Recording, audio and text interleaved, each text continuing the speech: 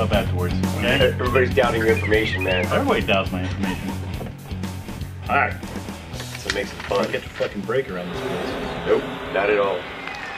Welcome to Game Day Battle, where Cleveland sports news meets biased and outspoken opinion. Here with the full Game Day crew, and our Browns win. Yeah. The Browns give it up. So we're gonna get into that a little bit. We've got the We've got the Buckeyes. Looking forward to Wisconsin here. So I know we've got some differing opinions on that. Brett Finnegan, Ramon Torres, DST. I'm Mike Glass. Let's just dive right into it. The Browns with a victory on Sunday.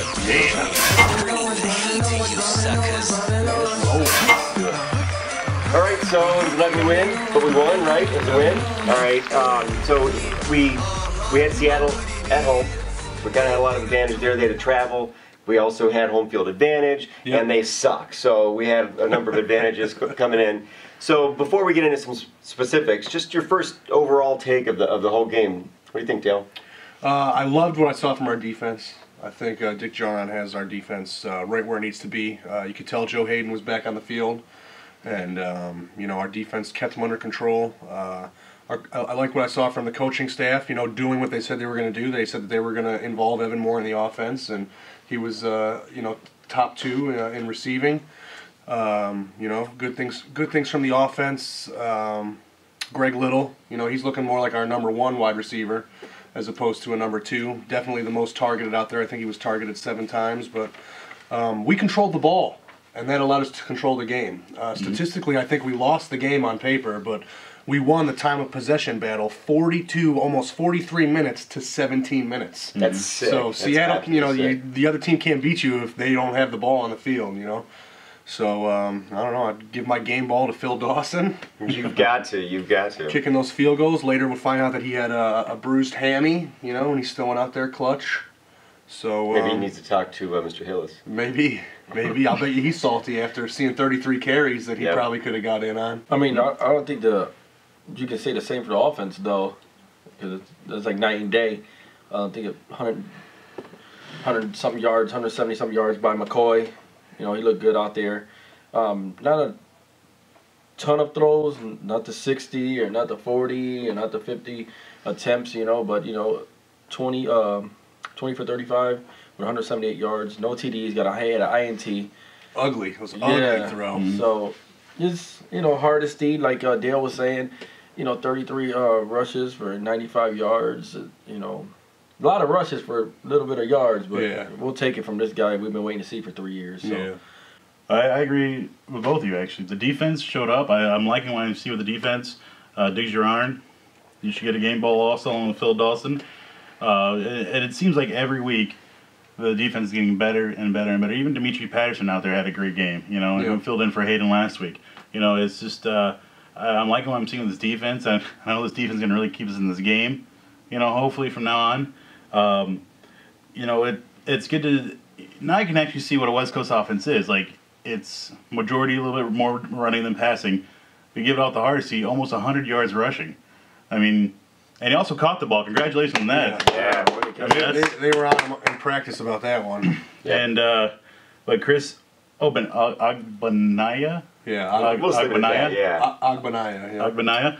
You know, he came off a practice squad from St. Louis, and I liked what I saw of him a lot too. You know, he can catch the ball. That's what they brought him into, to be that receiving. He's like, F it. We got. And the thing that I did not agree with is at the end of in the fourth quarter there, it was bootleg, but we threw it to Hardesty. We threw it to Agbanaya, and it got us 15, 20 yards right down the sides. And the next play, we got the first down. It was back to the original offense that we were going. We couldn't get anywhere, and we got away from that bootleg offense.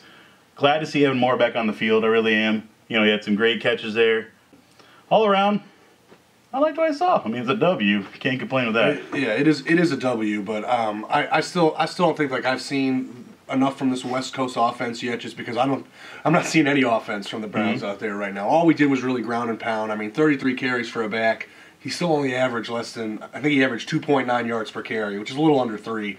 You know, you're carrying the ball 33 times. You should be up there around 150, maybe 200 yards. But 95. I'm not going to put it all on Hardesty, because I know I'm a Browns fan, and I know that our O-line is hurting right now, and we're missing key pieces. And you know, that's really slowing down our offense. We gave up 5 sacks. Yeah, we were on the field for most of the game, but McCoy was hit 8 times, sacked 5. I mean... Well, you know, you nailed it on the head right there, and that's my take from the whole game is I can't really tell much about this team from this game alone, but I can tell that offensive line is awful. It's hideous, and McCoy was rushed almost every down that he dropped back to throw. The runs, you know, I didn't see sort of you know, the holes opening up. I didn't see a lot of opportunity for anybody, right. And that's all offensive line. I don't know if it's maybe the system, maybe the offensive line play that they're trying to get these guys to work together on, or if it's the guys without, you know, the key players and maybe just a little bit of confusion. I don't know, but it sickened me the way that the whole game went down. You look at the numbers; they had almost 300 yards of offense. The defense played well, and I think there was a lot to be happy about. But we won by a small amount to a team that sucked.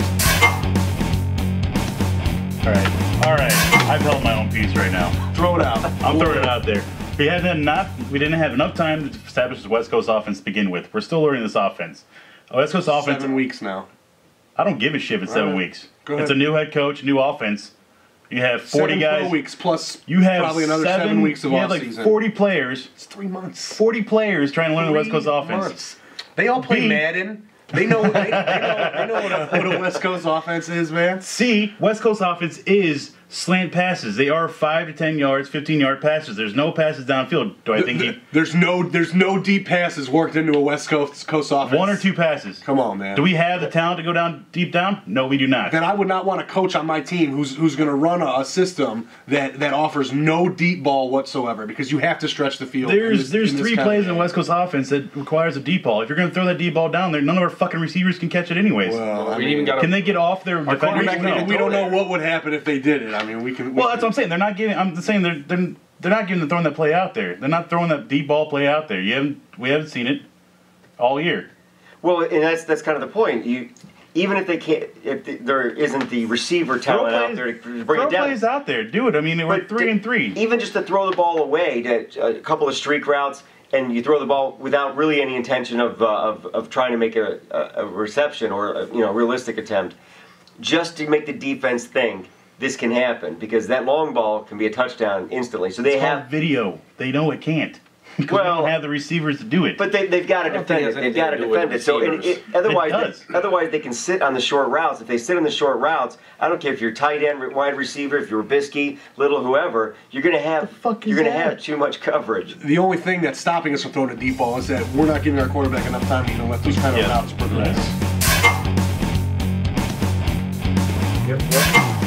Hey, what's up, all you GDB fans? Welcome to the Week 7 edition of the Fantasy Factor. DST back with you.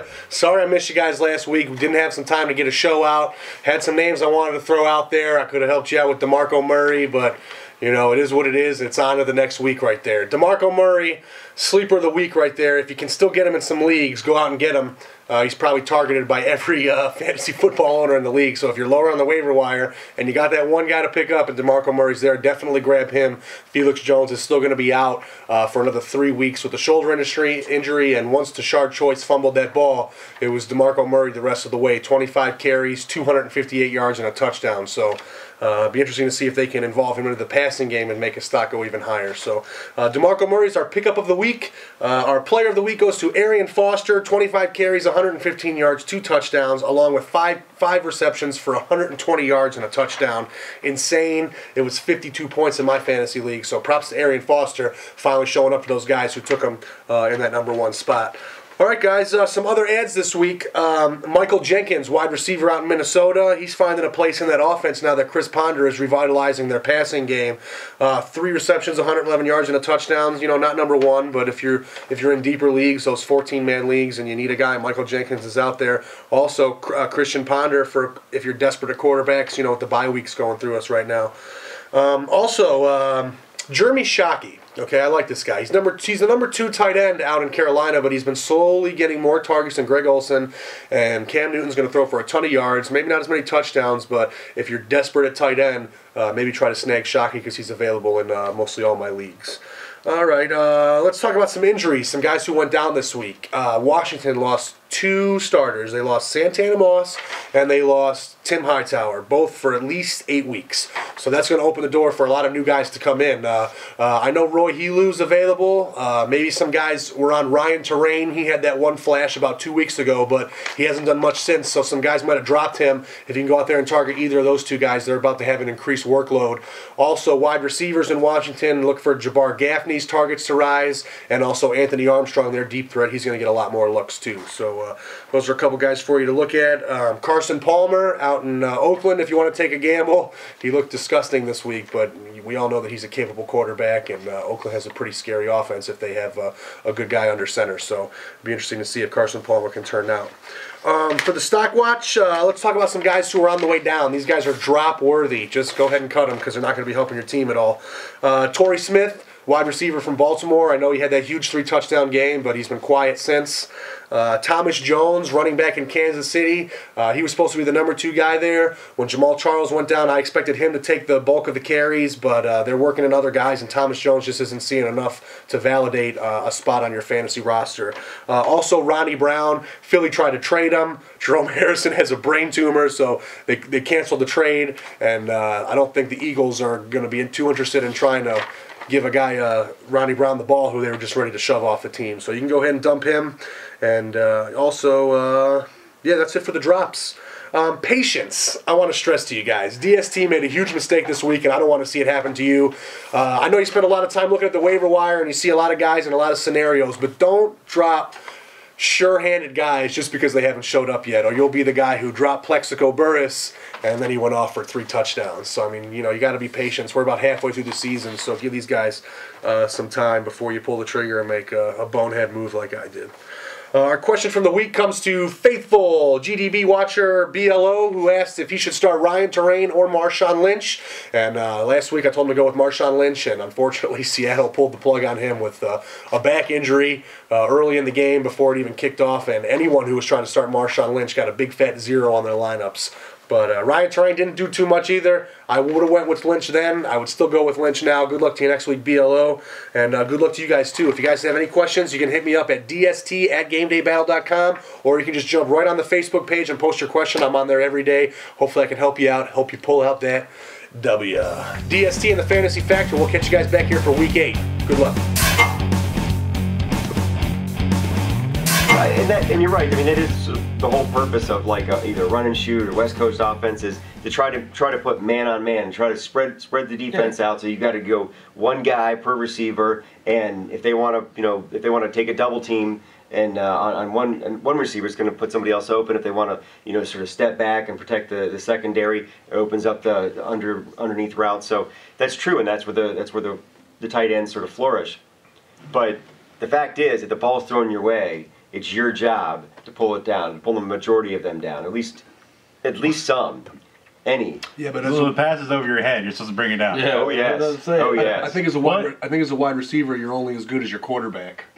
You're going there? If you am I? I mean, kind of. I mean, yeah. I mean, if you have a quarterback that can't throw the ball farther than 20 yards accurately, that cuts out 3/4 of your routes right there. You know what I'm saying? You can only run like inside slants and button hooks and all that stuff so many times, man. I mean, before they make adjustments. That's what NFL teams do. They adjust to what you're doing, and you got to be able to open up that playbook and at least try to take some shots downfield. And it doesn't even seem like it's in our game plan. We average 4.9 yards a pass against Seattle. It's barely a run. Teams run for that much, man. Exactly. All right.